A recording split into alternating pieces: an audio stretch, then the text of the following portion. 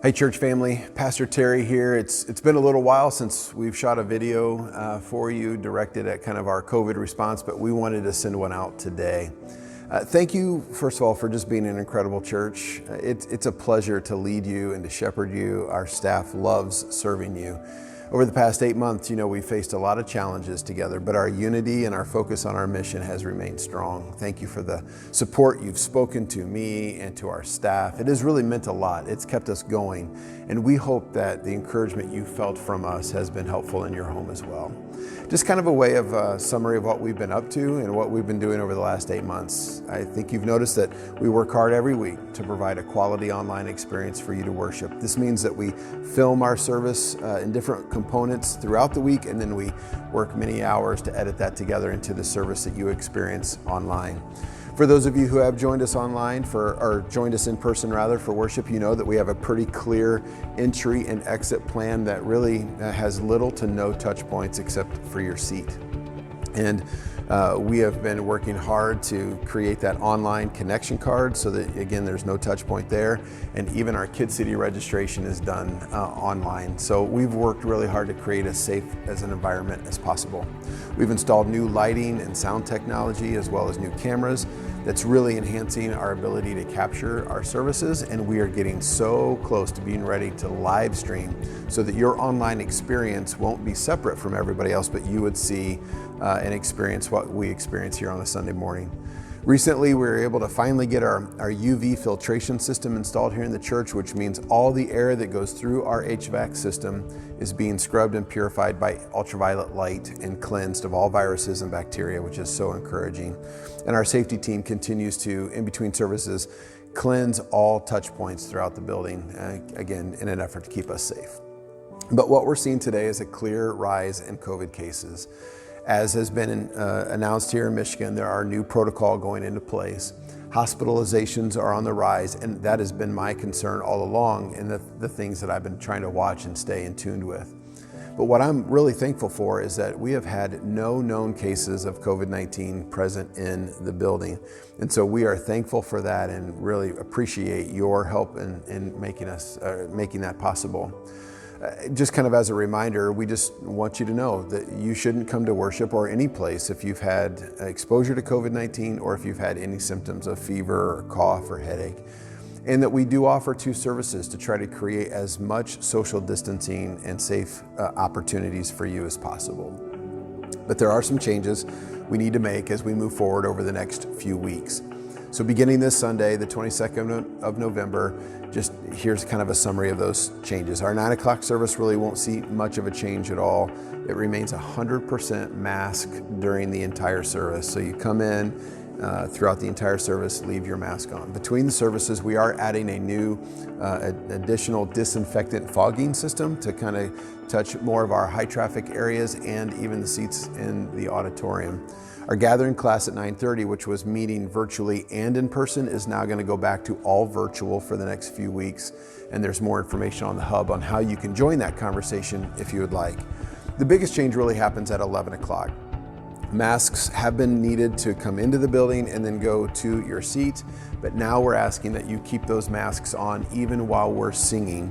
And then after the singing portion of the service, we're gonna allow you to take those masks off if you would like. You can keep your mask on if you'd prefer as well, but if you need to take that mask down after the singing portion, that would be fine. Another change will be seen in our Kid City ministry. Children, kindergarten through 6th grade, have been meeting in smaller groups, and that will continue. But we're going to encourage all of our kids to keep their mask on throughout their time in those smaller rooms. This is just to keep in consistency with what's going on at school if your child is meeting in person. There'll be no changes to Tyketown or to our Baby Boulevard area, so our toddler and nursery area stays exactly the same. Ignite Student Ministries will be meeting this Sunday, the 22nd of November, for a fun quiz night. It's gonna be a lot of fun. Pastor Troy does a great job coming up with these games, And your students, 7th through 12th grade, is going to love it. They're going to be socially distanced, having this quiz game going on, and there will be prizes going on as well. So that'll happen this Sunday from 5:30 to 7. The next Sunday, the 29th, was already scheduled off for Thanksgiving break, and then they will go virtual. Our students will go virtual for the youth group on December 6th and 13th, and Pastor Troy will give you a ton of information about what that will look like. And he does a fantastic job with even the virtual gatherings. We've been talking a lot about, what happens when we get a positive COVID case in the building. And to the best of what we can determine, we're just going to work really hard with the CDC and the person infected to determine who was involved directly in contact with that person, and then assist them in any way possible to communicate to those who are impacted. I really believe that clear and honest communication is essential to slowing down the transmission of this virus. And so we're going to do our part, and we're going to do our very best to help in that process. But we've also been talking about what happens when a staff member becomes positive. And so we recognize that staff are here in the building a whole lot more than everyone else. And we also recognize that our role on Sundays are pretty critical. So depending on the staff person and their role on Sunday morning, depending on when and how they were infected, it is quite possible that when that happens, we may need to go virtual for a week or two. But we also recognize that, again, depending on all those factors, we might be able to determine that there is no impact on being able to continue to gather here in person. We want you to understand that we would never put anybody in harm's way. We recognize that there's a risk every time we leave our homes to go shopping or to grab food or even to go to work. But we will never carelessly make a decision to put anyone at risk here at the church. The bottom line is this: many of us need to stay home in order to stay safe, and we want you to do that, and we're here to support you in any way when you need to do that if you need help. We hope that our online experience for you continues to be something that is meaningful and helpful as you worship and as you respond to the spoken word of God.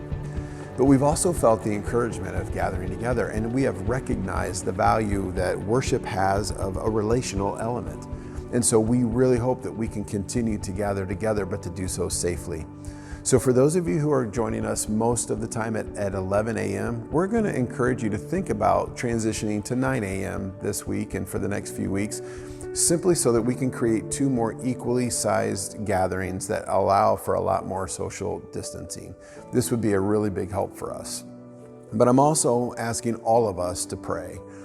Pray during your morning or afternoon or your evening time, maybe even just over your meal, that God's hand of protection would be on all those that you love and know. Pray that God's wisdom would be on those who are making decisions for us, those leading our schools, our government, and even our healthcare agencies. But further, pray that God would use you during this time to share His transforming love over fear, that God would use you to communicate His eternal changing mercy, over hatred, that God would use you to be patient and compassion over showing any kind of unkind judgment in the world. We've experienced so many divisions in our world during COVID, and my prayer is that we, the Flushing Community Church, would be people that would be seen as a bright light of hope during this time. The light seems always the brightest when it's up against the darkest of night. So it is my prayer today, friends, that we will let our light shine bright today for all to see. God bless you. We will hope to see you real soon. Stay safe.